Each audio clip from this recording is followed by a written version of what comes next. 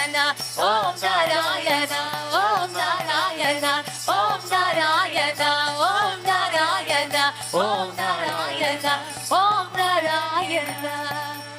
Hari Hari Hari Hari Narayana, Narayana, Om Narayana. Jai Gurudev, everybody. I have 14 page of question.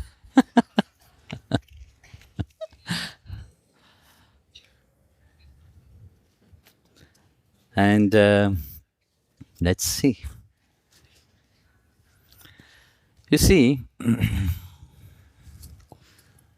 I like your question. I'm sure they're a wonderful question. I didn't yet go for it.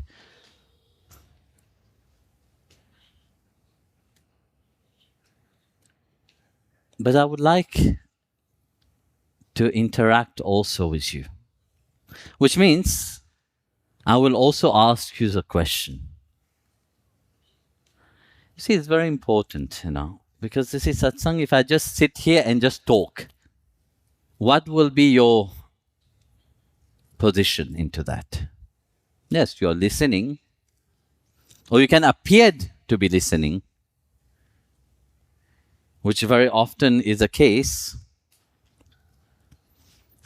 But when you're interacting, I capture your mind, and then I can be sure you're really listening. That's why I always start by singing to wake you up. Maybe you're tired, you have just eaten, you're having your siesta also. Who knows?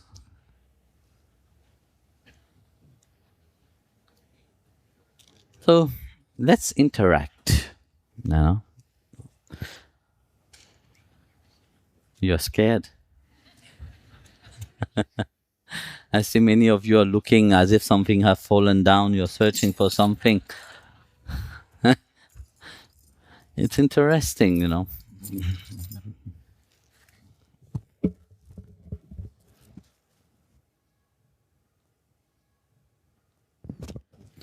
I guess all of you are on the spiritual path, or you are searching. This is beautiful. The first question which is here. The first question, do we have to earn God's love?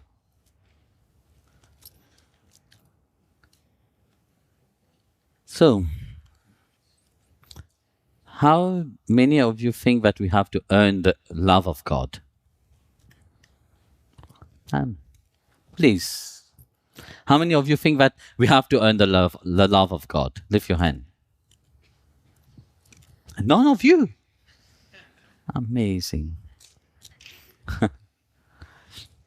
And all of you think that we don't need to earn the love of God. Huh? Actually, what is the love of God? Isn't it not the whole creation, it is His love? He didn't create everything out of love. So when you have created something out of love, you put also part of your love into it. A painter, when it is painting, the painter don't think that I am hungry or thirsty. When somebody is fully absorbed into what they are doing, they are putting part of themselves into their creativity. When somebody is dancing, a dancer don't know what is tiredness till they finish. Then it collapses. But when the dancer is fully into the process of dancing, he don't know any tiredness. So when Bhagavan, God have created everything, He have also infused in His own creation part of Himself. He have infused in His creation a degree of His love. Without love, we will not be here. We can express, a mother can be, you see, genetically or biologically, men and women come together, a child is born, but that doesn't mean that that woman become a mother. She may have a child, but motherhood in itself is a different feeling. What makes a mother is that love that the mother have for the child. So we say we have to earn the love of God. How do we call God? Prema Swarupa. Na? He is Satchidananda. He is full with Anand, which means He is eternally blissful.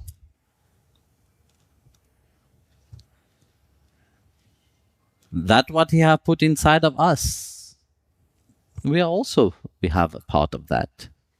But the problem is we are Purusha, He is Paramatma. The difference is that we limit ourselves. How we think, how we act, whatever we do with our life, we limit ourselves. That's why we say we have to earn the love of God. It is as if it is something that we can go to the store and buy it. We don't perceive that we have that love inside of us already. We just need to let it manifest for us.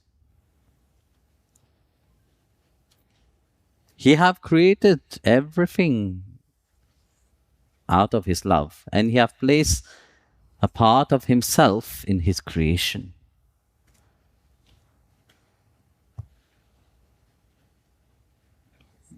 But does we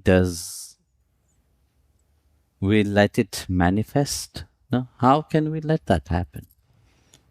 This is where we have to purify ourselves. You see, like a mirror which is covered with dust.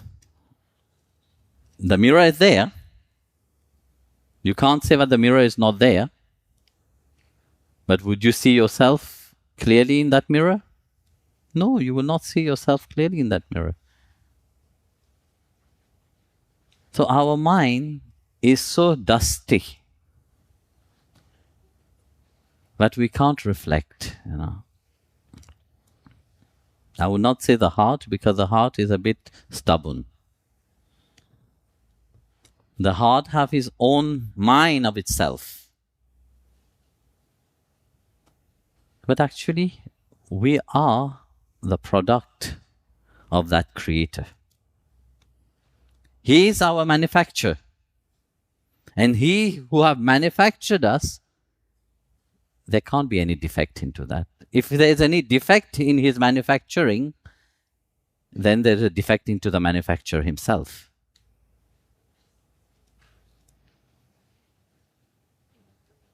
So, the love of God is not to be earned. The love of God is to be manifest for you. And how is the love of God manifest?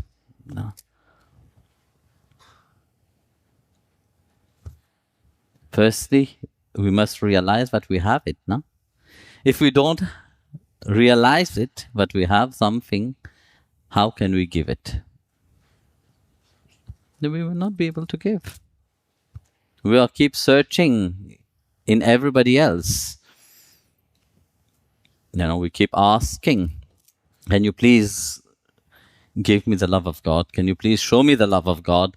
You keep asking God, please give me the love of, Bhagavan said, I am sitting inside of you. Realize that I am sitting in the core of yourself.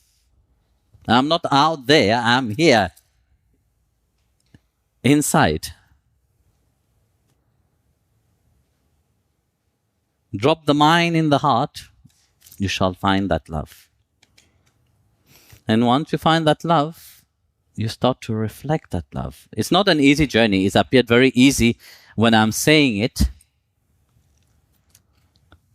You may think that, yes, that sounds very easy, But to drag that mind to that heart, which is 40-centimeter journey, the yogis themselves find it great difficulty.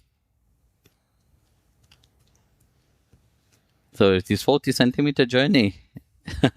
And that journey can take a multi-lives, not only one life. It can take many lives to do that journey of 40 centimeters. The shortest journey can be the longest one.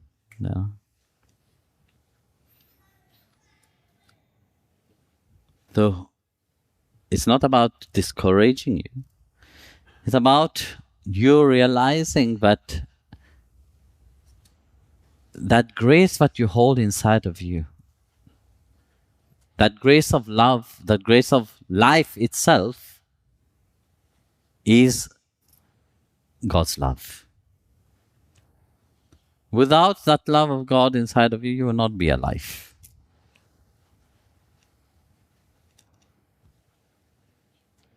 So train your mind at least to think in that way. And the best way, you see, as your mind is very trained always to think of the past, whatever have happened, why it have happened, why this have had to be with me, why it was not different. You are trained in that way to think, always thinking what you could not have.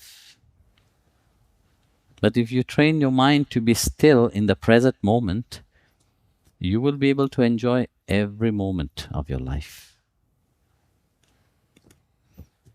We were in the Ram temple in the ashram here in Riga. The main deity is Lord Rama. And if you know the story of Ram, you will see that he was a prince, and his one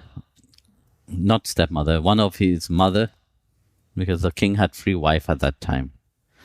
So one of the mother said to Rama, you have to go in exile.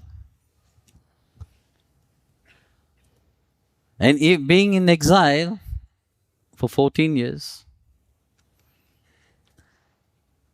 there his wife was kidnapped. Because his wife told him, please, there's a golden deer. You don't find a golden deer very often, He said, wow, it's a very beautiful golden deer. Let's catch it. I want to give it to my sister. So Rama went. Meanwhile, a demon came and kidnapped her. Throughout this journey of Lord Rama, there was not a single time he questioned. Even afterwards, he didn't tell Sita, why did you send me behind that deer? He didn't question his father when the father, being poisoned by the mother, to send him away, for exile. He didn't question his father, said, why are you sending me away? He didn't ask this question.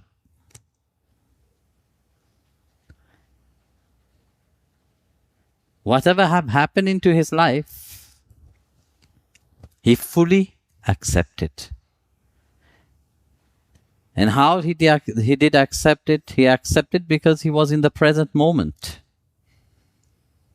You can accept something only when you are in the present moment. You start to question it. Question is not bad. Question is good. It's good to ask question when it is the right question. But Rama didn't ask any question. No. He knows that whatever it is right. If my father have sent me away, it is right. I have to do that. How many of us are in that state, But we live in that present moment and accept how it is. And yet, we want to earn God's love. When we are living in the past or we are living in the worry of the future, the love of God will not manifest itself. Because that is very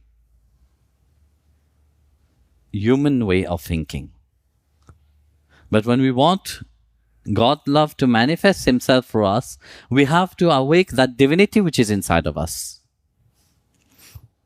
We have to awake that part which we don't even know with ourselves. It's a part which is mystery to us. As you grow, as a youngsters, when you are small, life look differently to you. But as you grow up, there is certain quality inside of you which manifests, which sometimes can be terrifying when you don't know what is happening to you. When you're going through adolescence, there is many questions which arise inside of your mind, but which is very, so you don't know to whom to address. That same experience can be very joyful and happy, and at the same time it can be very scary. It's the same thing in spirituality, you see. It is the same thing when the love of God manifests himself. Are we ready for God's love to manifest for us? Have we made ourselves ready for that or not? Because you see, it's easy to ask a question, yes, we want to earn the love of God. But it's a journey to earn that, It's a journey for that to manifest, to awake again. And for that, it can be joyful, at the same time, not joyful. That's why I said, you have to be in the present moment. Because in the present moment, if you are, no matter what it is, you will be able to accept it. Because don't think that when it manifests, it will manifest the way you think it is. Because I say when we think in our mind, yes, I earn the love of God, or I manifest the love of God. Wonderful. The world click of finger, become joyful and happy. It will not be like that. The masters and the saints, through their sadhana, what they go through for that love when it manifests, it is very scary. Meher Baba, when that love, when his Guru Maharaj, what was her name now? Babajan, no? Hazrat Babajan. Yes, thank you. When Hazrat Babajan kissed him on the forehead, just a kiss, that was enough to awake what was dormant inside of him. But was he ready for that? No, Babajan have to give because her time was finishing. When that love of God manifests inside of him, he didn't know what to do with that. He was going crazy. When you go to Pune and go to his place, there is a stone. That love was so strong inside of him, he was banging his head on that stone. Because he could not, you see, your mind, if it is not trained, it's very difficult to contain that. It's a deep challenge inside of you. That's why sadhana is important. Now, when you go step by step under the guidance of the Sadguru, little by little, let it manifest through you. Let it reflect through you. Then it shall manifest, because you are inheritor of that love. You are inheritor of that divinity. It is not apart from you. It is part of you. And it will stay forever part of you because you are the essence of that love itself.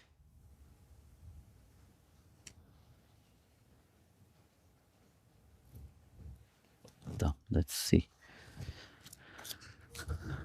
I guess I hope I'm not giving too long answers. You know, nowadays they want only short answers and finish with it. You want short answer, long answer?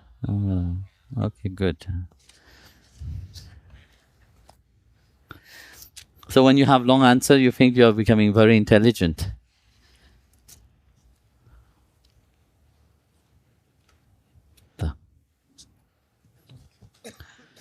Why has God arranged it so that we have to go through the cycle of rebirth over and over again?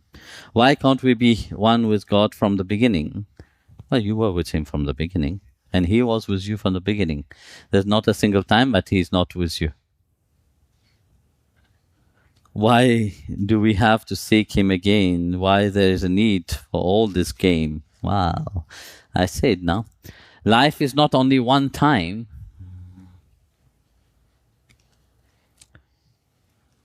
From the beginning, when you decide to have your own little ego personality,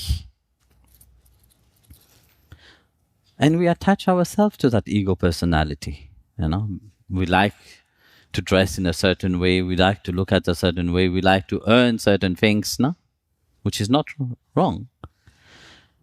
But the problem is, we get attached so much to the outside. We forget that we have a different reality inside of us, no?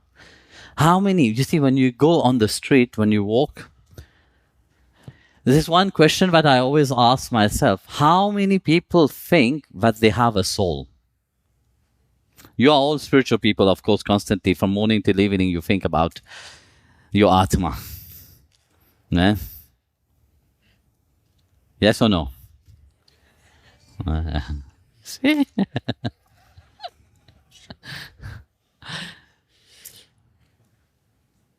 But when you go on the street, you observe the people. And I'm always asking myself, how many people asking themselves that I'm a living being? We take life for granted. We just go through it. No? Like an animal also, just go through it. Very few really come to the point of realizing that life is more but what we are living. There is more to that. We are so busy with everything else, you know. We don't have time. The one thing that very often I encountered, you know, especially when you have questions like this, why God doesn't make us realize right now? Do you think he don't have the power to do it? He have the power to do it. And he can. Happily he will give it.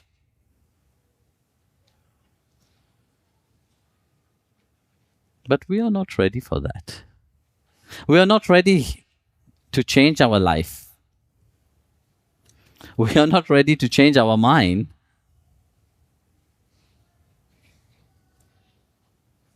Do we want our life to become a life of complete giving only? No. Because we have to take. We have to get something. But God is ever giving. He continuously gives. When love manifests inside of you, when God manifests through you,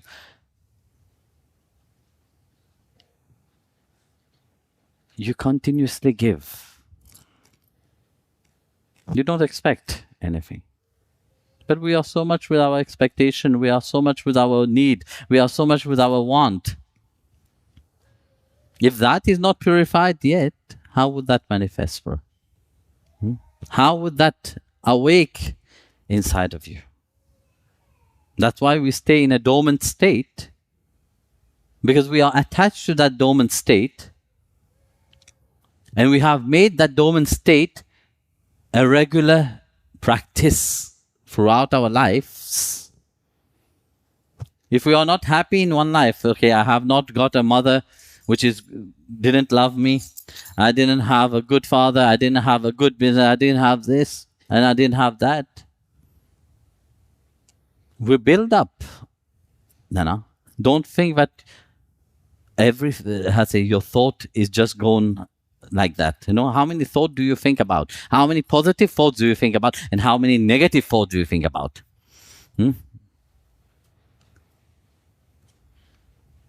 Thought is what create the action that we are buying to this reality, which we can call it karma.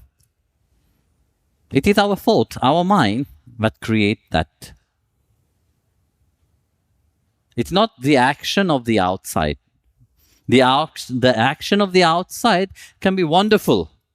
But if you are not doing it from a joyful perspective, you're not doing it from a happiness point perspective, you're not enjoying, you're doing your sadhana, yes, I am doing it because Guruji have asked, or I'm doing it because I have to do it. There is not that great joy of enthusiasm inside of you. I am doing something because I want to do it.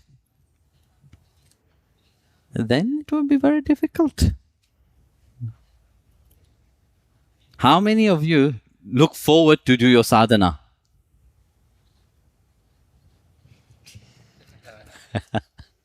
You see? How many are excited when you are doing your sadhana? Not at the beginning, what I'm saying, continuously. Because at the beginning, everybody is very excited. It goes very high, peak, and then after that it drop down and go down. So you see, if you don't have that enthusiasm to purify yourself, you expect that 1 hour of meditation that you do, you will attain enlightenment. You think that you have practiced meditation for 1 year, I shall have realization. Yes, something have changed, but not yet realization. Imagine Lord Buddha himself have to meditate for 6 years to be able to control his mind. 6 years. I don't think that anyone here is even greater than Lord Buddha himself, no?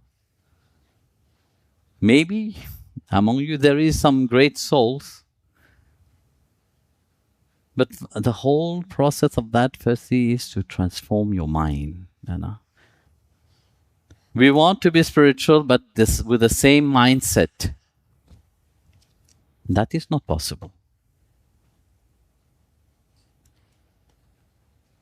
Firstly, you see, we go through that process of reincarnation on and on and on because we have built up a deep relationship to this material reality. Like I said earlier, we didn't have something, we have an expectation that next life we will have it. We were not happy in this life, maybe next life we will be happy. We didn't attain realization, or maybe next life we will attain realization. Well, we're already creating a reality for next life, So when you have already created this reality for next life, how can you escape that? Not possible.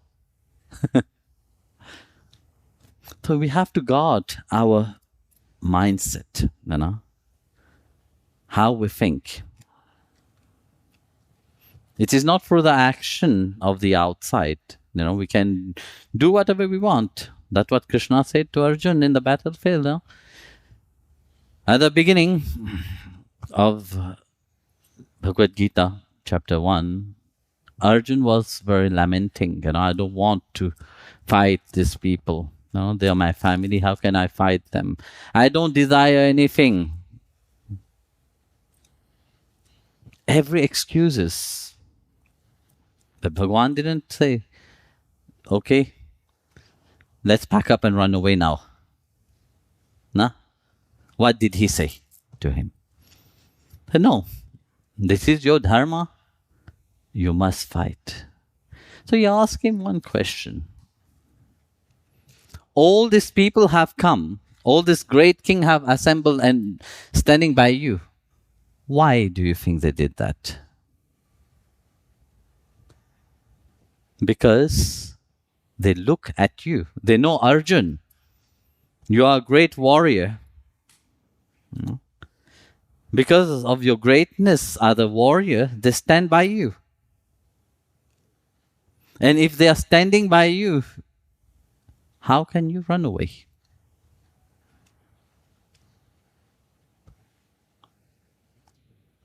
Then he said, what they have done to your wife, would you like that somebody like that rule the country? What will happen with all the women and all the girls, They will not be treated nicely. Then Krishna said, I have taken responsibility as a charioteer to come to you. So by any means, I will make you fight. So Bhagwan gave the Bhagavad Gita to Arjun.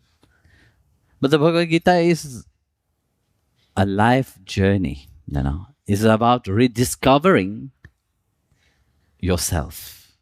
Not that self which the mind, the body, or the intellect knows.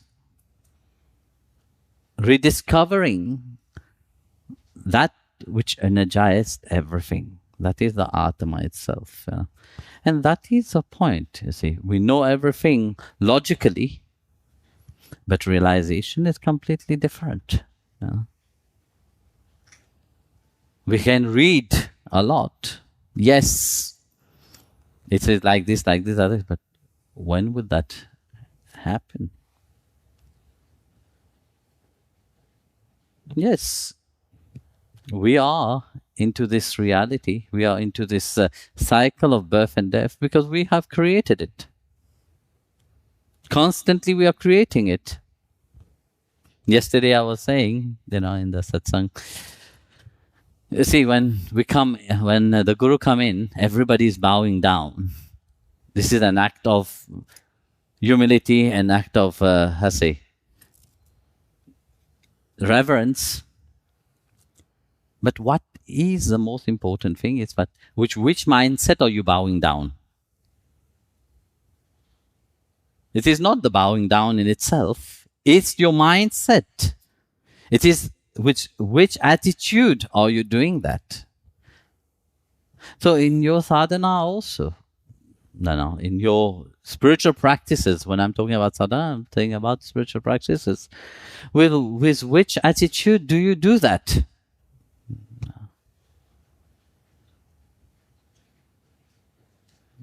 God can end everything, But first you have to manifest that divinity inside of you. You have to awake that blissful state inside of you. If that blissful state don't awake, you're not ready. So life is about to make you ready for that. Otherwise, you are stuck in the cycle of birth and death continuously, again and again. You will keep doing the same thing because you are used to do that. When you are used to do something, you will do it again and again. This is the nature of human mind. When we are used to do something, we will like to carry on doing it. And then the Guru come and say, no, that have to stop. It's a big challenge, no? Then who you would listen? To your mind or to the word of the Sadguru?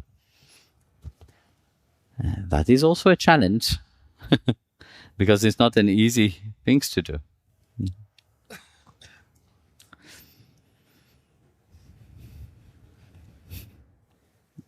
So, if you want to go out of that cycle of birth and death,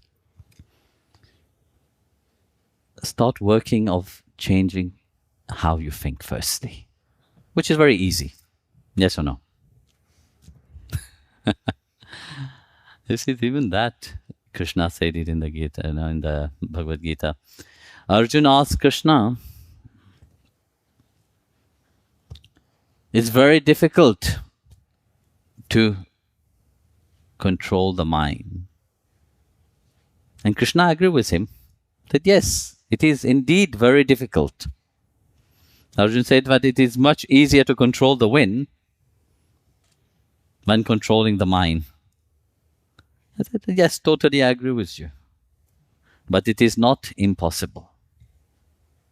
If you want really your mind to change, like you have repetitively, in your mind you have a certain recording that continuously say, you're miserable, you're unhappy, you're ugly, you're this, you're that, It is constantly playing inside of you.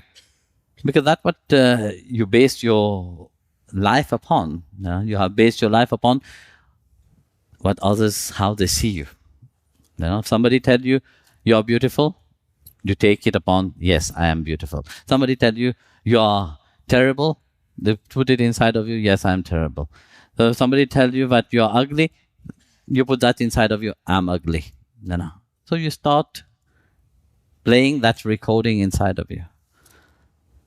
If you keep listening to such old recording, you will never be free. That's why when you go on the spiritual path, first thing is that change your mindset. Try to be positive. I'm not saying that you have to become positive, because it's very difficult to be positive. It's very easy to be negative. Negativity is like very quickly people change their mindset. But to be positive, it takes an effort. So Bhagavan Krishna said to Arjuna also, with constant practice to be positive, you will be able to change your mindset. And if your mindset have changed, if the way you start thinking about you have changed, naturally, everything that you are running towards will come to you. You don't need to run towards God. If you have transformed yourself, He will run to you. There's a beautiful story of a saint called Savatamali. Have you heard about it? No. Some the devotee knows about it, I know. Savatamali was a gardener. And he lived, there's a very famous pilgrimage place called Pandharpur. And Savatamali lived only 15 kilometers away from Pandharpur, or 30 kilometers, I can't remember really. Anybody? 30? 1 hour drive. Yeah, can be 30 kilometers, 1 hour drive. So Savatamali, he was a great and staunch devotee of Lord Krishna. Because in Pandharpur, the deity there is Lord Vitthal. And everybody goes there to have his darshan. But Savatamali himself have never gone to Pandharpur. In spite of living very near, he have never gone to Pandharpur. For him, as a gardener, he said, that is the garden of Vitthal. And this vegetable, they are all the property of Vitthala. So whatever I'm doing is for Vitthala. So whatever he will be doing, he will continuously chant the name of Vitthal. There was not a single moment that Vitthal, Bhagavan Krishna's name was not on his lips. Continuously he will chant Vitthal, Vitthal, Vitthal. That's what we were singing earlier. No, Ram Krishna Hari. This is Lord Vithala himself. So, not a single time he will go there. Everybody will come, pass by his place and said, why you don't come with us? He said, if I go, who will look after this place? So for him, he will perceive Lord Vithala in his creation. He will perceive it, Lord Vithala, in everything what we do. In each action of him, he will be a service to Lord Vithala. So he didn't have any, thought of, I should go to the pilgrimage to Pandharpur to have darshan of Lord Vithala. So Bhagwan Vitthal, when he was together with another two saints called Namdev and Gyaneshwar, he wanted to go to Savatamali. So you see, Savatamali never thought that I want to go to see Lord Vithala. But Lord Vithala, by himself, by his own accord, said, no, I want to go to Savatamali. So he enact a leela, he enact a play, but he said to Sandhyaneshwar and Namdev Maharaj, said, catch me if you can. Oh, there's a movie. So he started running, and these other two were running behind him. So his pace is much more faster than them. So he ran faster than the other two. So he arrived in front of Savatamali garden, and he saw Savatamali. He said, Savatamali, please save me. There is two thieves behind me. So Savatamali looked at him and he was shocked and said, who can save you? You are the Lord of the universe. I said, there is two thieves. I can't. I have to hide. And Savatamali looked at him and said, where can I hide you? You are everywhere. You are in the vegetable.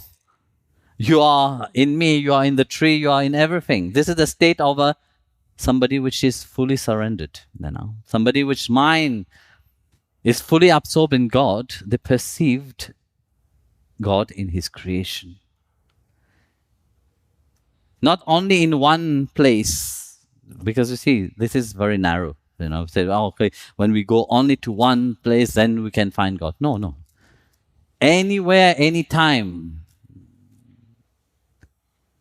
Then he laughed and said, how can I hide you? Where to hide you where you are not present? You are everywhere. So Savatamali said, okay, as you are insisting, there was a sickle nearby. He took the sickle, pierced his stomach, and opened his stomach, and said, you go inside my stomach. So Lord Vitthal went inside his stomach, and the stomach closed, but his little, Krishna wear pitambara, which is Lord Krishna wear yellow dhoti. His clothes is yellow. So a piece of his clothes was left outside. So when Bhagwan was inside, Savatamali was filled with that bliss. And he was just sitting there absorbed into Lord Krishna inside of him. So meanwhile, the two thieves came and was asking, there is a young boy who have come here. Did you see? I said, Savatamali remained silent. Didn't say anything. I said, we know he have passed by here because of his smell. Then his footprint is here. This is a Chandan footprint.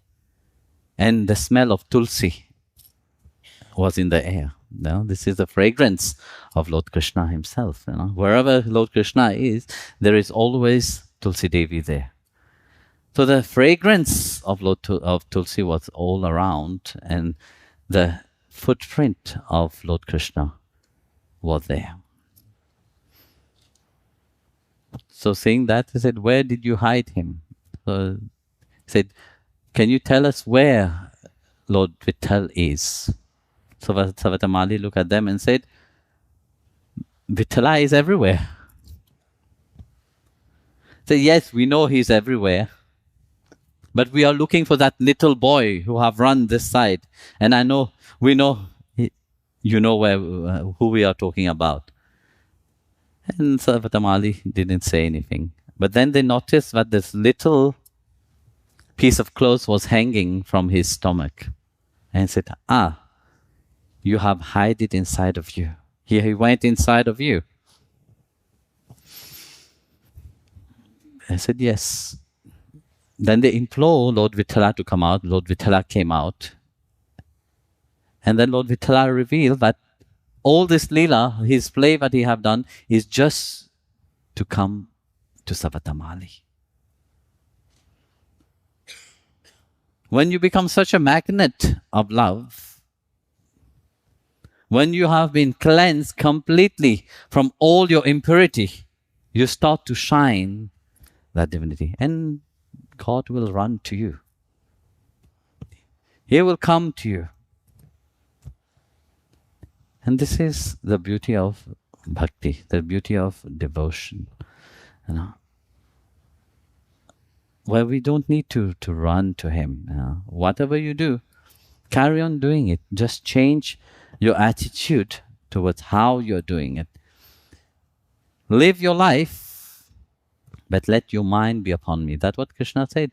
Fight, but let your mind be upon me. In a very simple way, because you see, nowadays everybody is so busy, to do big sadhana is not possible. So Nama Japam is much easier. You know.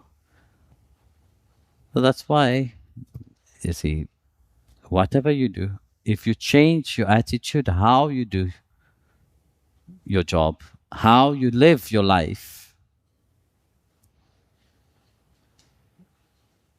that realization or that manifestation of God will happen naturally inside of you.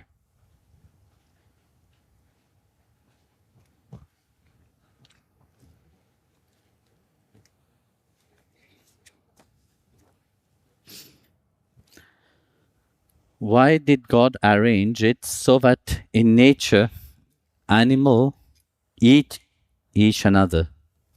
Why can't it be beautiful arranged so that no one kill? Well, look, everybody have to eat now. Animals are made in such a way that, you see, human being, when they reproduce only very little, na? I mean, if you hardly have a child, you will have one or two. But animals, very often, they have a lot of children. So nature knows how to balance itself, you know. So each animal, they have been created for a certain purpose. You know? So they also have to eat, no? Imagine you go and tell a lion to become vegetarian. It would be very difficult. Probably the lion will say, first I will eat you firstly, then I will consider later on. You come with a nice advice.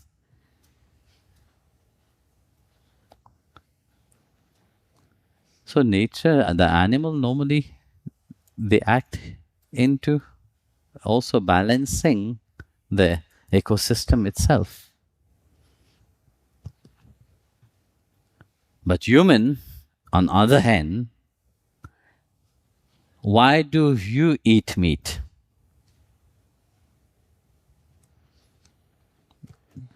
That is my question to you.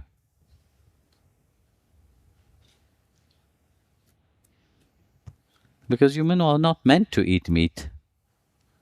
Why do you eat meat? Because of the taste, because it is filling. But in reality, no, it is not. Eating dead things doesn't lead you anywhere. No. When you were born, a lion, when it is born, what does a lion baby, the cubs, eat? Meat. That's what the mother will bring. No? But when a baby is born, does the baby have meat to eat? Or do you drink milk? Mothers, tell me, what do you feed your child with? No? Your breast milk, no? That's what you feed your child with. And every animal who have been breastfeeding, they are all herbivores. They are all plant eating. They are not carnivores. Those which is carnivore will eat animal. But what have we done? No. From that we have found easy solution. No. We have made our body become a cemetery. Because corpse goes where? Where do you eat, put corpse? Huh? Please answer me. Cemetery. Why not eating it? This is also meat. Huh?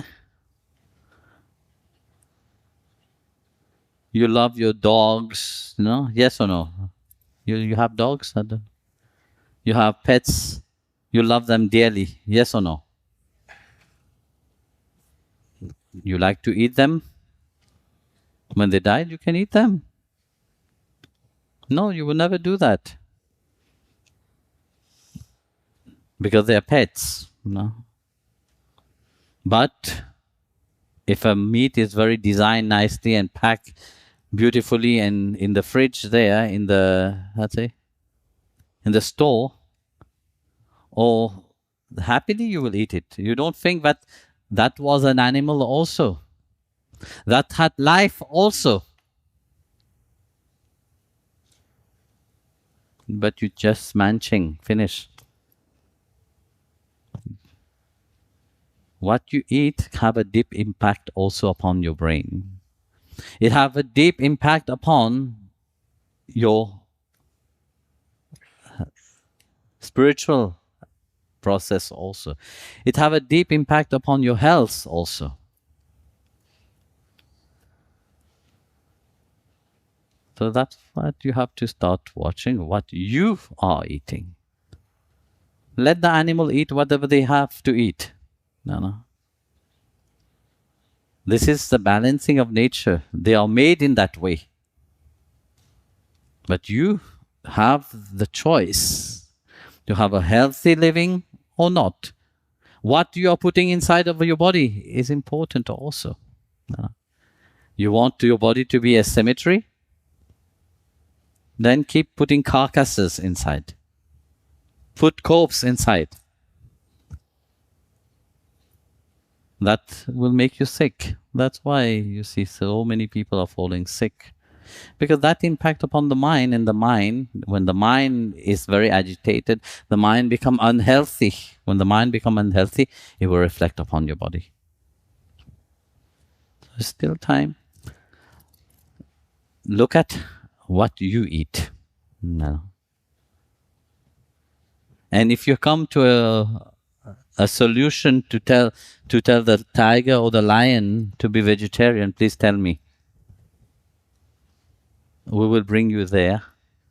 I have, I know people who have a lion farm in South Africa.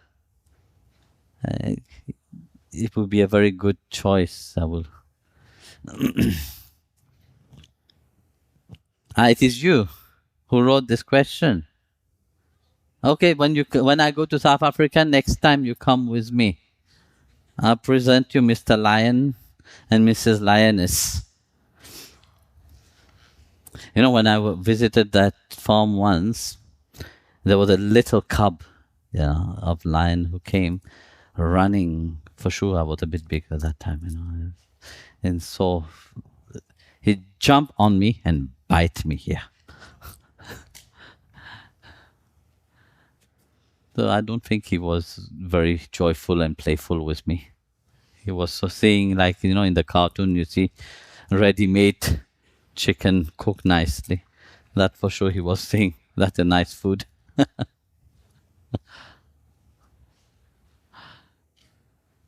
So. Mataji, you have pets at home. They're vegetarian. Jai Gurudev. Just a little question. Why all classical doctors, I mean therapists, when they hear about vegetarian diet and I'm telling them that it's for my health, healthy, they always say that it's not for healthy, and after 5 or 7 It's simple. If they have to tell you that it is for healthy reason, then they have to start changing their own diet. And they don't want to change the diet. They don't want to change themselves. So that's why they have to tell you, no, it is not. But my husband, he has like a gastronomic illness, and we came for maybe 3 gastroenterologists, and all of them say if you don't start to eat fish and meat, you will never like be healthy. And he really so disappointed about it because it's 1 year how he vegetarian. And he start eating again because they said 1 week ago only, yes, very because sad. there was 3 therapists who said that you can't be healthy without it. And he's healthy now? Not sure, but sorry, but we are actors, and it's really difficult for us to be vegetarian because You know, the biggest muscle bodybuilder, you know, he's vegan. Schwarzenegger, I thought I watched this film with my husband actually, and this film inspired him to be vegetarian with me. Then tell him carry on being vegetarian. You know, Thank you. Jai Gurudev. it's normal because you see, if somebody don't want to change, they will never. They will do anything. They will say anything to convince you that you are wrong. This is the nature of human, you know. If they agree with you, that means they have to say that we are wrong. Would they say that they are wrong? No, they will never say that they are wrong. That's why they will always say that you are wrong.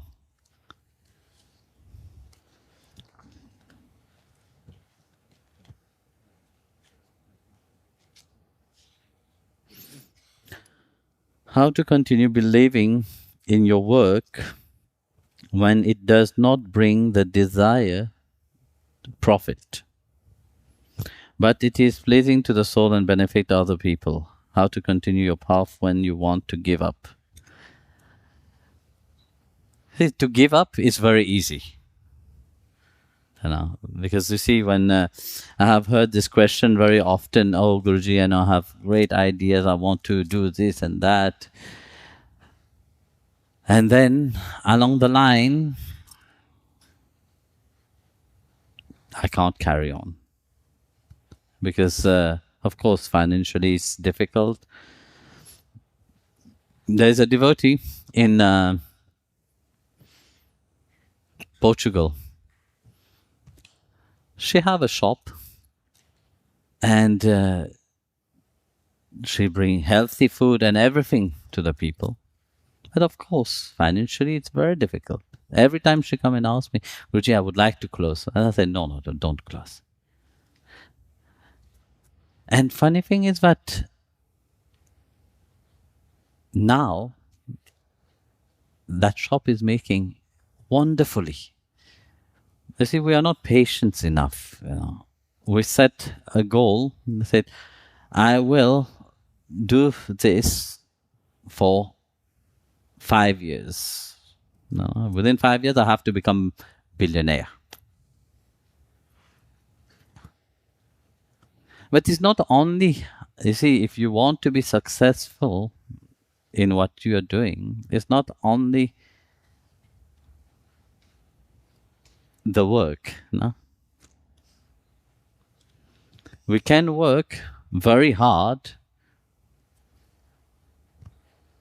because very often people think that if we work, then there's a beautiful story actually.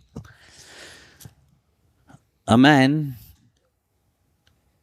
wanted to do a wonderful, he wanted to attain realization. And he approached a guru and said, the guru, if I meditate 4 hours a day, when will I attain realization? Guru Maharaj closed his eyes and said, if you meditate 4 hours a day, you will attain realization in 10 years. Okay. And then he said, if I meditate 8 hours a day, when will I attain realization? The Guru closed his eyes and said, you will attain realization in 20 years.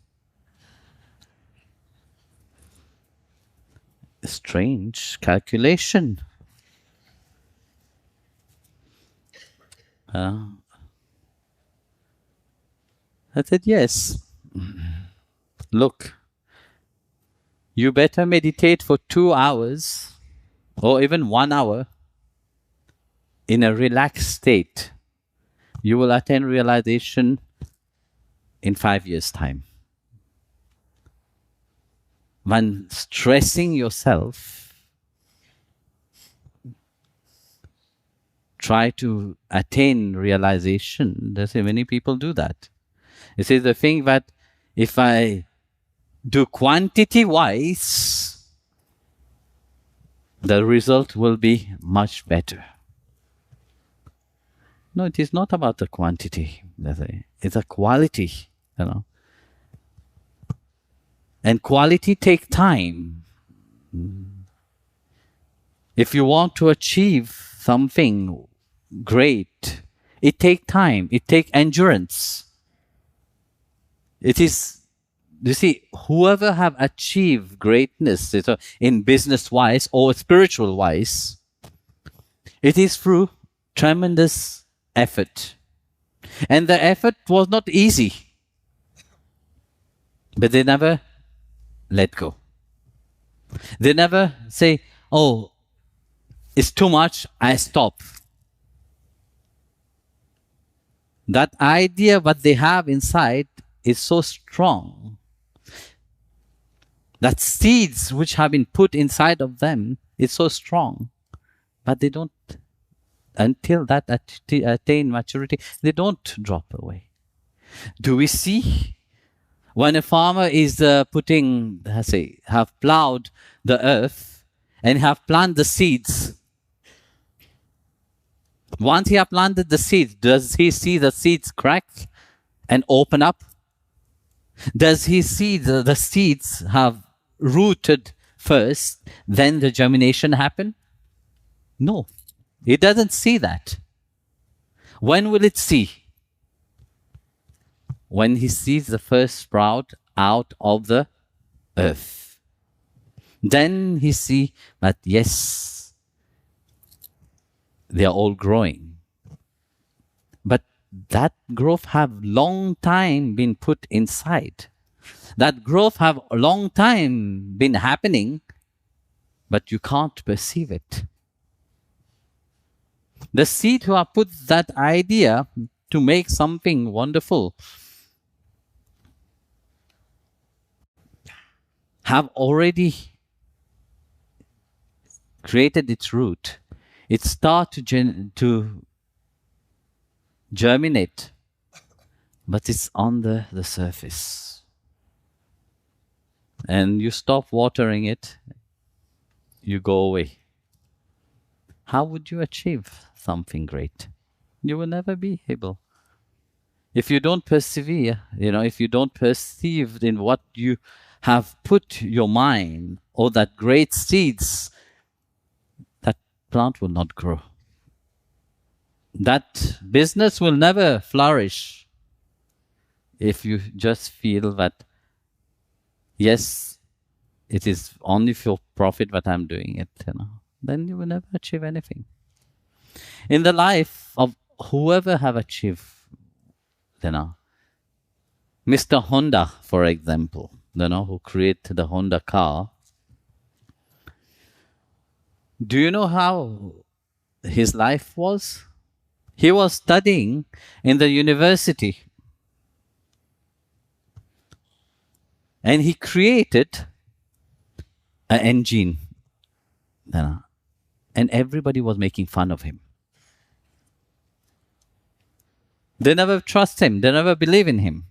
They were always making fun of him. That will never work. First prototype didn't work. Second prototype didn't work. Third prototype worked. Then Toyota asked him to make something, but they were not too happy with him. They discharged of his work. But he never let go. He carried on. In his garage, he started making motorcycle. So how he started making motorcycle? He took a bicycle and attached an engine to it. That was the beginning of motorcycle, Meanwhile, World War started. America was attacking Japan afterwards. Everything destroyed. So they rebuilt everything again. He went and wrote 15,000 letters he wrote to every store asking for help to help him manufactured the motorcycle. Everybody refused. He didn't let go. He built his own motorcycle and everybody was looking, wow, this is very practical. They order from him more and more. Then earthquake happened, destroyed everything. All his business was destroyed. Then another war happened. He didn't let go. He carried on doing it, what he have to do. Nowadays, it's such a big company. So you see, it's very easy to let go of something. Very easy. If you have been, they say, I don't like this, I will do another thing. No, I will tell you, persevere a little bit longer into it. Change your attitude towards people who come to you. You will see how your business will flourish itself. It is very much important to see. If we dropped in our sadhana, in our meditation, also the same. If we have been meditating for some times now, I don't have any result, I will change. I've been following that master for some time now, I don't see any result, I'm going to change. We set a certain idea of things, but yet we don't.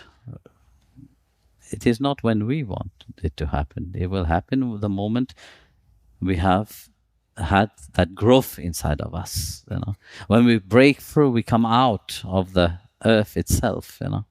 If we stay under the earth, only nobody will know that we are germinated. You have started to grow already. You yourself will not perceive that inside of you, but you are growing. Because you see, your idea of growth must be that I see a bubble of light appeared here, or I see what people like to see sometimes when they meditate. What do you like to see when you meditate? To feel something, you like to see some light here. But then maybe you have problem with your eyes, Sometimes when you have problem with the eyes, you see bubble of light everywhere, white light, You have to be careful also of that.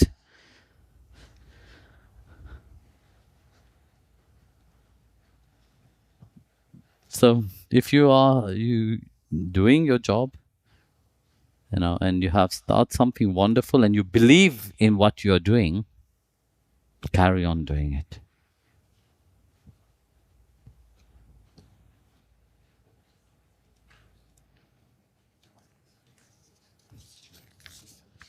Can a soul incarnate on planet Earth? On Earth, in a human body without going through all the evolutionary process.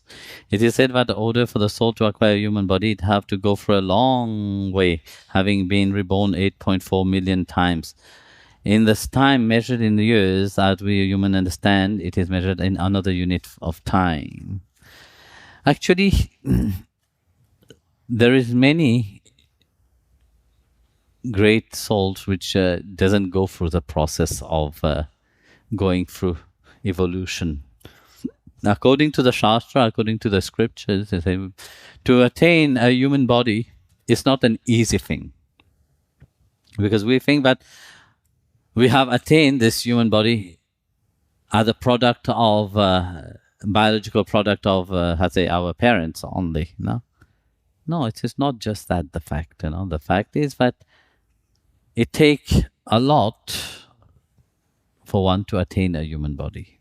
For evolutionary, for one going through that evolution, the soul have migrated in many life forms, experience all creation in all the ways. Then you attain a human body.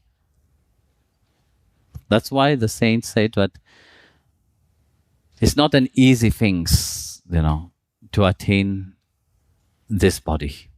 No. We take it for granted because we are here. We don't know the journey which the soul have gone through. No. But yes, there is some great being that didn't need to go through all this process. They come as a reminder. They come to remind everyone, but what are you doing with your life? Awake. Don't be in that dormant state anymore. As long as you're into that dormant state, you will never realize the beauty of life itself. So only when you start to realize, only when you start to be aware that this life doesn't happen just like this, you will start to appreciate life itself. And when you start to appreciate life, you start to give gratitude to life. You start to be grateful that yes, I have this life and I can do something wonderful. When you ask people which is ill, which is sick, what would you like? He said, I would like to have some time. I would like to have some moment. When you know that you don't have that time, then you start to value what you have. And yet, when you have that time, you are wasting that time in fertile things.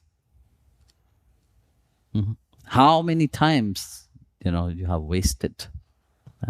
We waste our time, if we have a lifespan of 70 years, half is gone in sleeping, which means you have 30 years.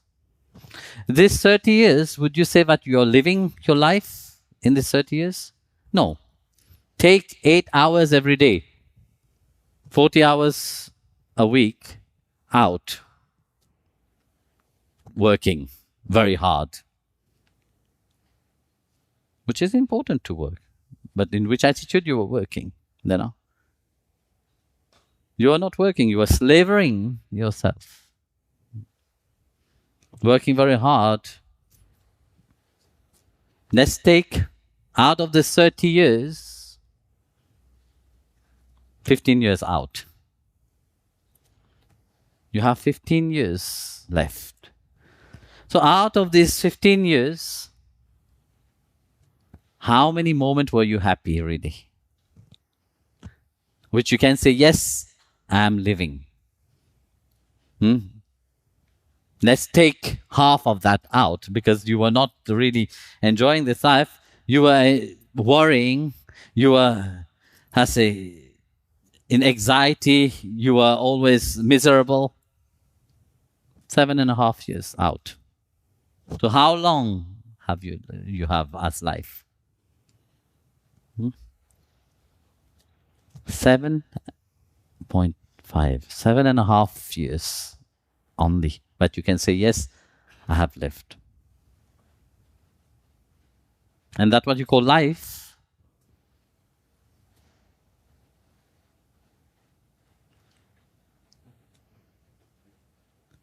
So, you see, to be able to live really, it's important to start being grateful firstly. Being grateful, the moment you wake up in the morning, say, yes, thanks, I'm still alive. When you go to bed at night, do you know you will wake up the next day? You don't know. You can't know. But tomorrow. But yet you have long plan, big plan for life. You don't even know that tomorrow you will wake up. It happened to my spiritual mother last month. They have everything in life. They wanted to give me a surprise in Bali when I was there. They planned it. They didn't say anything. And 1 month ago, while going to bed with her husband, she was fine, having dinner, everything, preparing herself to go to bed. On the bed, she started coughing. She coughed for 30 seconds, fell down, her soul gone. Ciao. Back home. But yet, we are so worried about life when in a fraction of a second it can depart.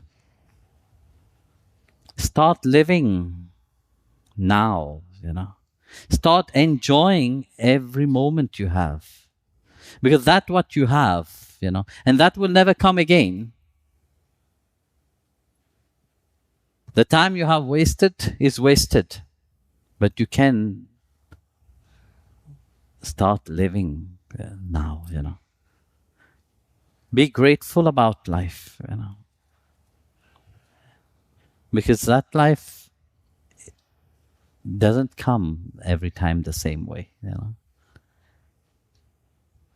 Doesn't think that now you are here, in Latvia, you have a nice life. Don't think that next life will be the same. It is through good merit that you have been born in this country. It is through good merit that you have a good life. It is even a greater merit that you are on the spiritual path. Because that don't come to everybody. Because it's something which is inside. A continuation from the past itself that you are going through. It is not new to you. It may appear very new. It may appear very, fancy. It may appear very curious. You have come here out of curiosity. But the spiritual journey, it's a very long journey. But you have started already long time. That is just a reminder only. It's a reminder to bring you back, Reminder to awake from the slumber. Reminder that there is more to what you think life is about. And this is the beauty of life itself. To enjoy every moment at the grace of God. To enjoy every moment, but that preciousness, that treasure. Don't wait when you don't have that time to do that. Do it when you still have time. Once that is gone, you can't say, oh, you see, in life I was miserable, then after that I will become an angel. Very often people think that, you see. They think that, oh, I'm living my life now, I don't need to do anything. But I believe in God. Because I believe in God, God will put a red carpet for me. And I will go to some fancy heaven. No. And because I go to the church or I go to the temple, he's indebted towards me because of that. No. It's not that easy, actually. So that's why, you see, you are stuck in that cycle of birth and death, because you have to think that it is very easy.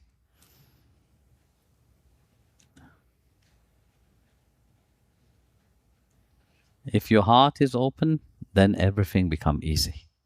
If love for you, gratitude will be there. Then everything becomes easy.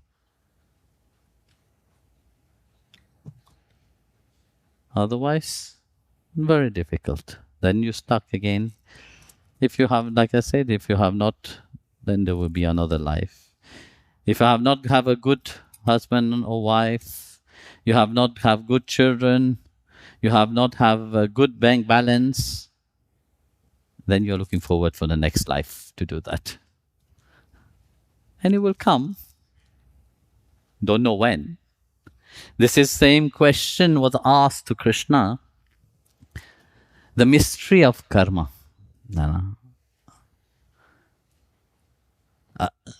A question after the Mahabharata war. Dhritarashtra, the blind king, asked Lord Krishna, why my 100th son was killed? And Lord Krishna said, that is a very long karma. This is a mystery, because we don't know when karma will act, in how it will act. So he said to Dhritarashtra, in one of your life, 100 lives back, you used to be a hunter and you were hunting a bird. You were with your arrow running behind that bird, but you always missed. So out of anger, what you did, you kill 100 birds.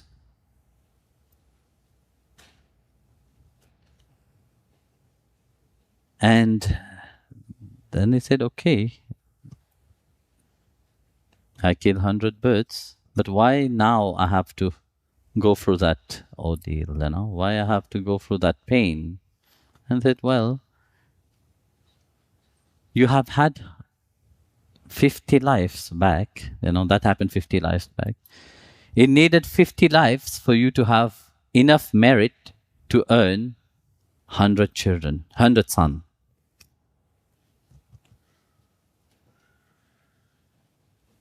So you see, it is not in one life to next life, You may create some karma right now, you don't know when would you pay that karma. So that's why, you see, when you are on the spiritual path, it makes you more aware of your action also,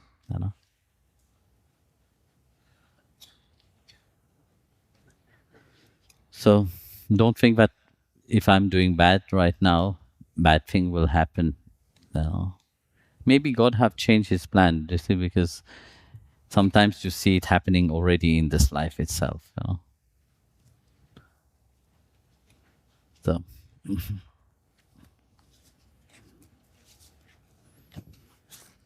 are you sleeping? No? Good. Let's sing one bhajan. There's a nice bhajan by Guru Arjan Das. In that bhajan, he's talking about the mystery of God. He said, Lord, there is so many of your Leela, but I'm a fool, I don't know any of them. Who can fathom your mystery? Nobody can fathom the mystery of God. कौन जाने गुण तेरे, कौन जाने गुण तेरे, कौन जाने गुण तेरे, कौन जाने विठ्ठल विठ्ठल जय Hari Vitthal. Good. Now you're awake? Good.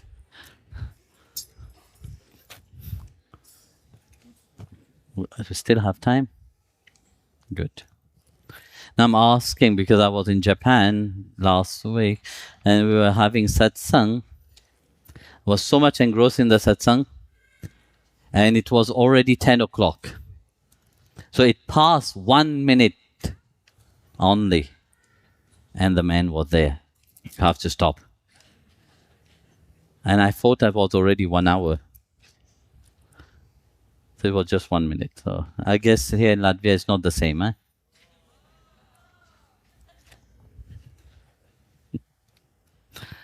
Now I was telling, I love the Japanese, I love their punctuality, but I can't cope with it. It stresses me.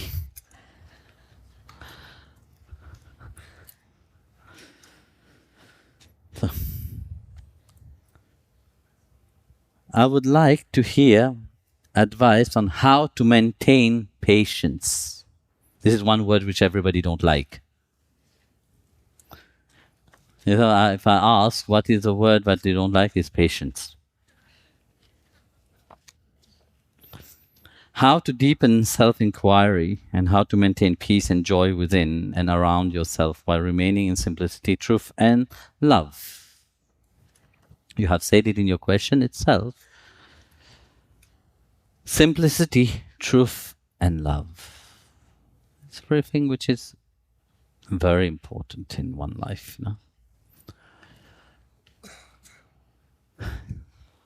Patience. You must be very patient to sit and listen to me for 2 hours. Yes or no?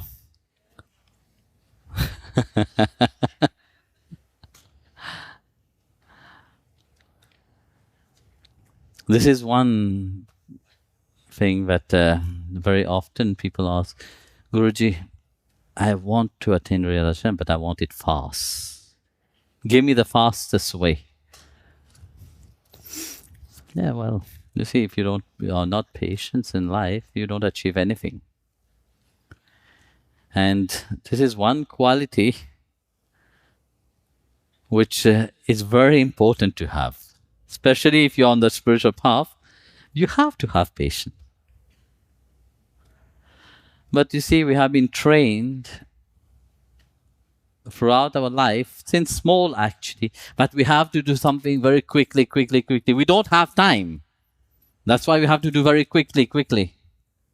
We don't have time to do the right things for us,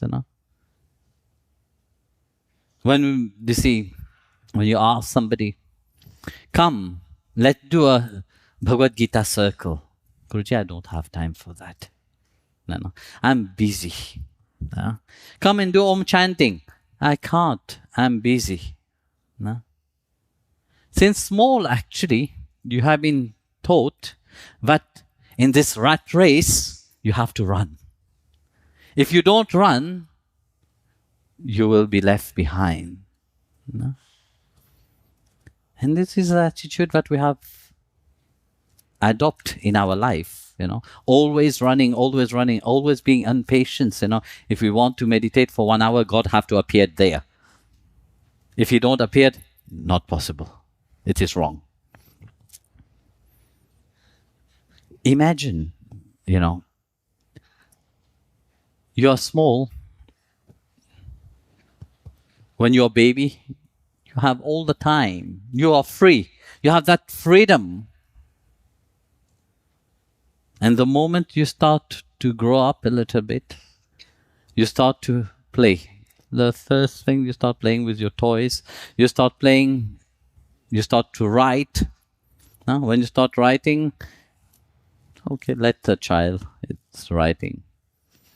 Then the child grow up a little bit, start playing outside in the courtyard. The child is roaming around, playing with the toys, everything. No time for that. The child go to school. No time for spiritual practice. No time for sadhana, nothing. You can't talk about our spirituality to our children, especially in this country, modern age. You have to let the child do whatever they want. They can't, But when they grow up, they will decide by themselves. How many of you think like that, Many parents I have traveled around, they all say yes, especially in America, they said, when they grow up, they will decide by themselves. This, when you have to give the samskaras already, you are giving the wrong samskaras to your kids itself. And then the base itself is not right. How would you build upon that? How would that child grow upon that? Yeah? So, no time already. You're busy playing. If you're not playing, you're busy studying. You have to study. You're in school, you have to study. No time for that. The child grow a little bit. Send the child to the ashram, to learn something good. No, have mercy, Guruji, on the child. The weekend, she can't come, he can't come, because whole week he was busy in school. No time. The child grow, adolescent. Do you have time at that time? No, you don't have time. You have time because that time you're playing love. You're busy changing lovers. That is the game. That's what you ask them to come for sadhana? No, I don't have time. When the child grow a bit, is in the university, don't have time.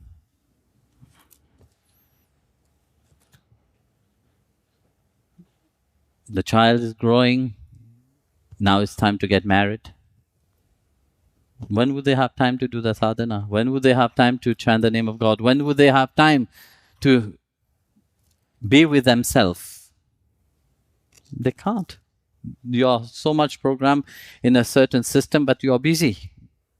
You don't have time. You're married, you have to go to your honeymoon. What time would you have?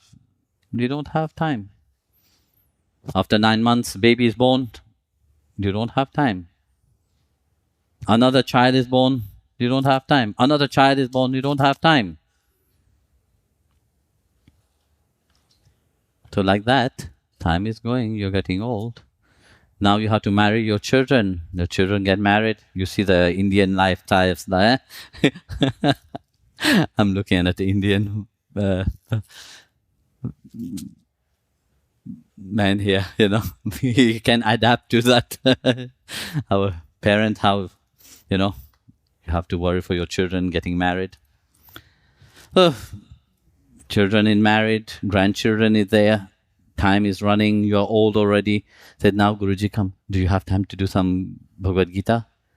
Do you have time to chant the name of God a little bit? No time. Because now I have to look after my grandchildren. So you don't have time. So then you start having ache and pain. Guruji, come again. Let's do a little bit of spiritual sadhana. Yes, but I can't right now. I have pain. And I said, okay, I will try. And the moment you start trying, what play inside of your mind is all your old recording from past. So now I want to concentrate on Lord Krishna. Would Krishna come? No, he will not. Krishna is far away. What is very near to you? All the samskaras, all the things that you have built upon your mind, what you have filled your mind upon, that what will come. Because throughout life you didn't have time to sit quietly with yourself. You didn't have time to, I'm not telling you to sit and meditate, just to be with yourself and feel that love inside of you. Feel that life running inside of you. No, you didn't have time. You were busy in that rat race, like I said. Busy fulfilling the ideas of everybody else. Because we were very concerned about how people think about us. We are concerned about what we want to achieve. But we have not found time to look at ourselves firstly. Time have run. And now you want to sit and meditate. You want to build your relationship with God. It will become impossible. When you have time, you have to take that time, You have to take time in your life itself, not when it is too late. And when it is too late, what will play inside of your mind is all your old samskaras, Oh, I missed this. I didn't achieve that in life. Regret will awake inside of you. So with such regret what you have not achieved, what have happened like 50 years ago, that what will play inside of your mind.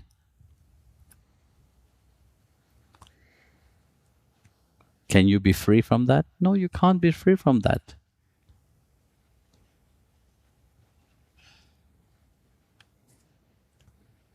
So it is time to sit with yourself. Put an appointment, not for somebody else. Have an appointment with yourself. We lack appointment with ourselves. We are always taking appointment outside, but we don't take appointment with ourselves,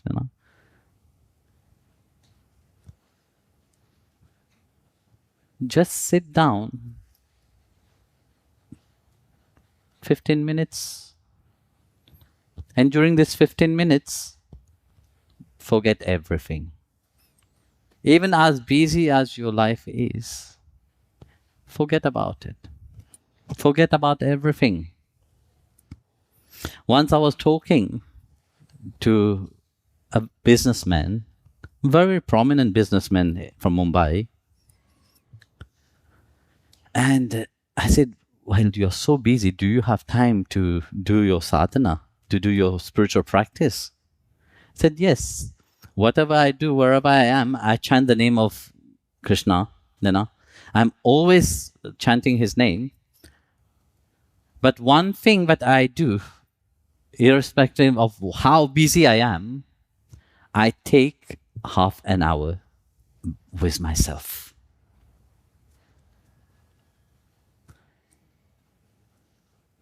So he sit down in his prayer room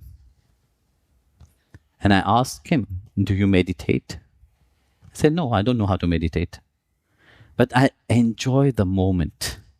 I enjoy that peaceful, that quiet moment with myself. And I know Bhagwan is in front of me and I'm enjoying the time with him. It is between me and him. Every single day I do that. And it is so wonderful to see when somebody have an appointment like that, God have to be present. You see, we can say, yes, do this technique, do that technique to be patient. If you by yourself don't take that time to sit, if you by yourself doesn't put certain discipline and say, yes, I want it, nobody can do that for you.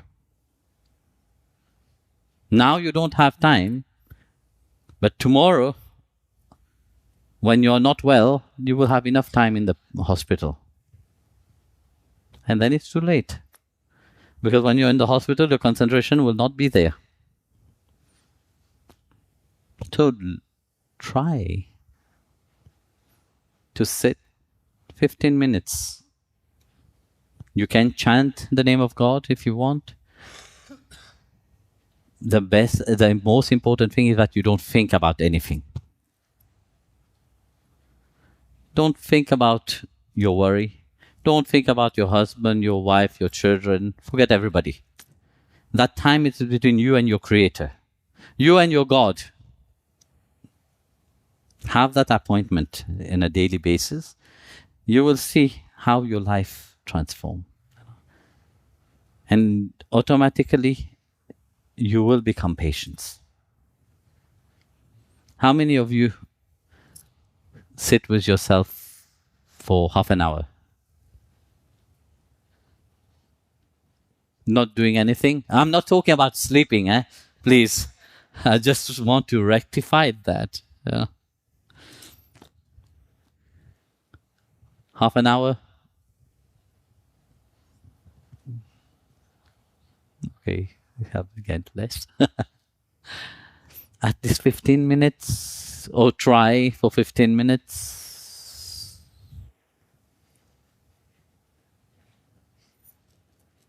$10.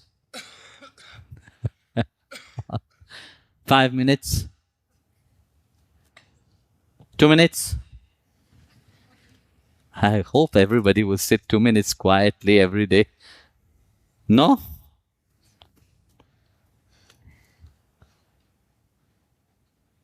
One minute?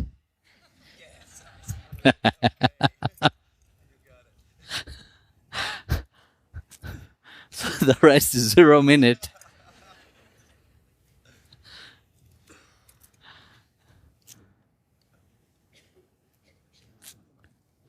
Let's do one thing.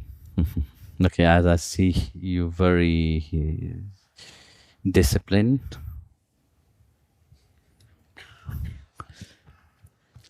Promise me one thing, you will sit 2 minutes every day with yourself. Can you promise that? I mean, please, a promise is a promise. If you can't keep a promise, then you are not a good person. Okay, you promise me you will sit 2 minutes? How many of you promise? That's it. Maybe they didn't get the question what I'm asking for. You can translate it in your language. Just 2 minutes, not so much. Nobody. Hey Ram. Good. Okay. So you promise me you sit 2 minutes with yourself. This is also self-inquiry. Self-inquiry is not about looking at your life, yes, and say, Kulpa has to say, I have done this wrong, I have done that wrong, I have to change this, I have to change that. If you can't change it now, you will never be able to change anything. I remember my dad, who was smoking a lot. He was smoking 2 packets of cigarettes every day. And one day he held a cigarette pack in his hand and said, I don't want you anymore. He crushed it and threw it away. Until today, he have not smoked. So it's everything happened in a split of moment. If you set your mind upon something, you will be able to do it. But that have to come from you. Nobody can force you to love. Love is something voluntary. I give my love, selflessly I give it to you. This is the beauty of loving, So everything that we do selflessly become beautiful. Like that, you transform yourself into a beautiful person. Not just on the outside, but you're transforming into the inside, your being itself. Because on the outside, everybody can transform.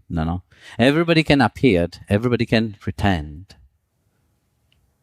But when you're a beautiful being, you transform from within. And this is what I'm asking.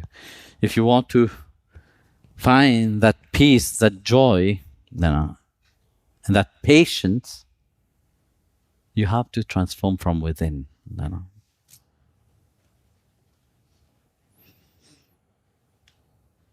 What is the main and ultimate purpose of the Atma? This is next level.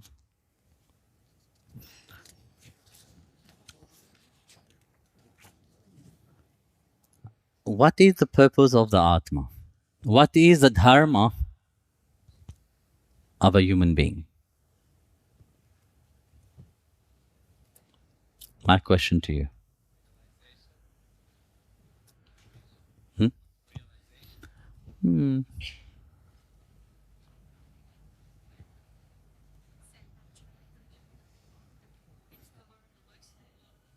Mataji?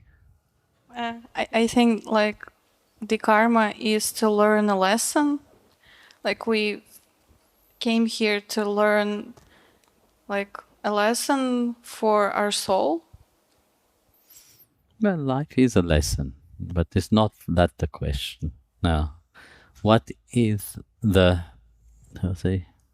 ultimate purpose of the Atma? What is the main and ultimate purpose of the Atma? That is true. That is the ultimate, But how do we do that? So I ask a question, what is the dharma of a human being?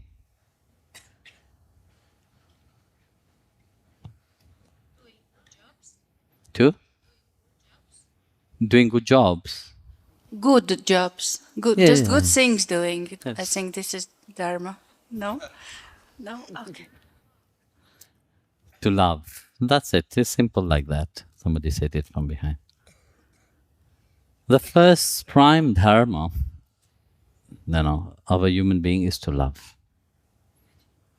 If you don't love, you can't achieve to the ultimate dharma, the ultimate purpose. You can do everything, you can work. Many people work,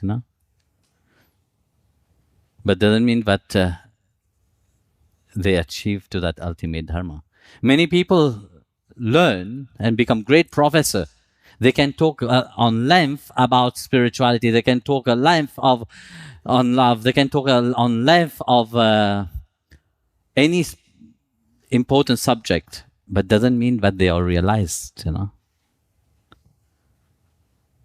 So if you don't have love inside of you, you can't achieve anything.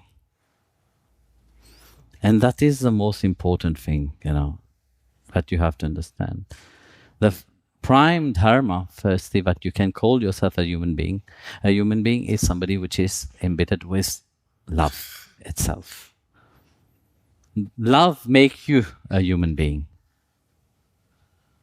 And love, that's what carry you to your ultimate reality. So we are here, firstly, to know ourselves. That's what Bhagavan Krishna said in the Gita. Meditate upon the self. Get to know who you are truly.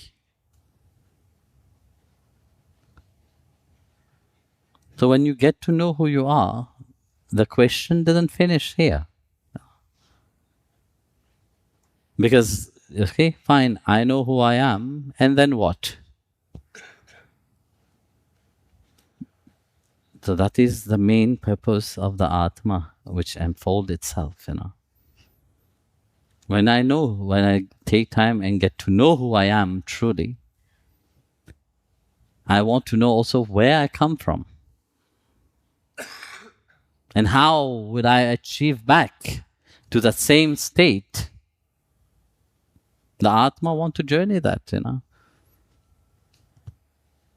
And then the Atma will ask, but okay, where will I lead? Okay, I'll go from here, where? There must be a place where I want to go. So, where is that place where I want to be? For a bhakta, for a devotee, the place is the lotus feet of Sri Hari. For a devotee of the Lord, He is everything. And we want and long to be with Him. But to long to be with Him and just like that, it doesn't happen. We have to know Him firstly. So this is the next question is, who is He? We know who we are, but who is He? Which our soul longs to be with. We know everything when our mind, whenever we love somebody, we want to be with our beloved one, no? Yes or no? That's why you love the person. If you don't love the person, you don't want to be with that person. But when you have come to the point of the soul start to love, the soul can't love this reality. The soul can't love this manifestation, this limitation. Because the soul is not limited. The soul is unlimited. And the one which is unlimited, if you are unlimited, you can't love something which is limited. You have to love something which is unlimited. So we want to know who is that unlimited being is. So who is that unlimited being? He is Bhagavan Himself. So the main ultimate purpose of the Atma is to forge that relationship with the Supreme Lord Himself.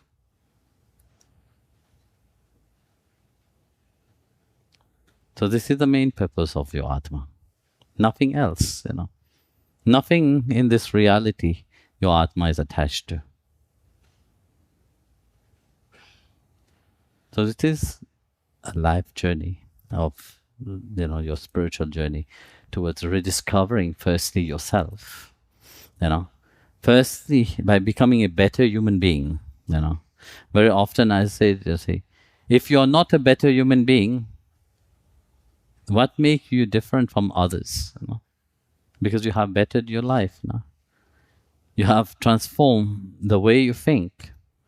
If still you have the same way of thinking, you're just putting a tilak, putting a kantimala, or dress fancy and call yourself a devotee, but yet your mind is still the same, then you have not changed anything. Nothing have changed. Only the outside have changed, but not the inside. And you're far away from that. So if you want to be truly and fulfilling the ultimate of your dharma, that's why I said start taking time with yourself. Get to know yourself firstly.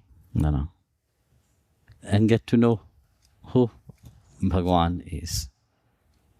That's why the saint said, like Sant Mira said, Mere to Giridhar Gopal dusarana koi, which means only my Giridhariji is everything. There's nobody else than Him. Because my mind is webbed to Him. My mind is fully absorbed in Him. What else should I long for? So this is a state where a devotee have to become, where the mind is wedded to their beloved Lord. When the mind is wedded to the beloved Lord, it doesn't matter what happened on the outside. And that happened through service, actually. Love will awake, because very often we think that love comes first. No, love awake much later. First, we serve. We learn to serve in life. There's a beautiful story. Once, Guru Gobind Singh, he was sitting with all his devotees, thousands of devotees, and he said loudly, "I am thirsty." So one boy quickly jumped and rushed quickly to the well and take a glass and fill the glass with water and brought it to Guru Gobind Singh. Guru Gobind Singh looked at it, didn't take the glass. So he observed the hand of the boy. Then the boy offered the glass. He refused. Said, "It's dirty." Said, "No, it is not dirty. I washed the glass and it's clean water directly from the well. So it is not dirty."